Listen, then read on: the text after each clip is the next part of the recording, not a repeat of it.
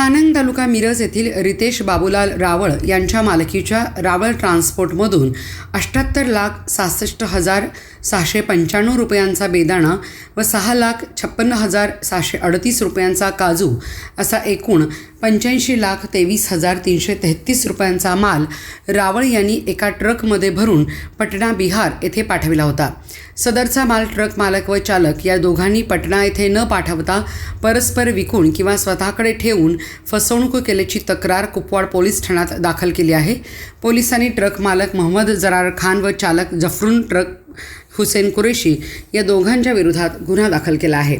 तानंग तालुका मिरज येथील पंढरपूर रस्त्यालगत असलेल्या रावळ ट्रान्सपोर्टमधून शुक्रवार दिनांक 15 मे रोजी रात्री 8 वाजण्याच्या सुमारास रितेश रावळ यांनी संशयित ट्रक मालक मोहम्मद खान यांच्या ट्रक UP 70 GT 0284 मधून 78,66,695 रुपये किमतीचा बेदाणा व 6,56,738 रुपये किमतीचा काजू असा एकूण 85,23,333 रुपयांचा माल पटना बिहार येथे पाठविला होता।